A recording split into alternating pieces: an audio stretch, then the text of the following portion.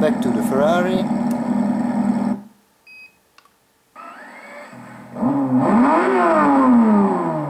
Here we go.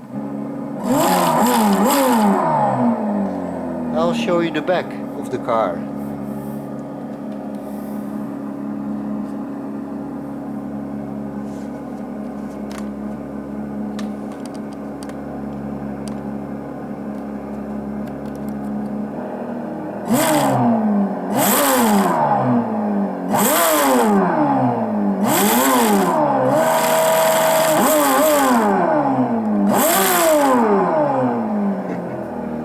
Well, viewers, I hope this explained a little bit how you can program it all. Thank you for watching, and start building your own dyno, I would say. It's really fun, you know. You can always test your car. It's nice with the sound or the sound off. You can still check it for speed and things like that.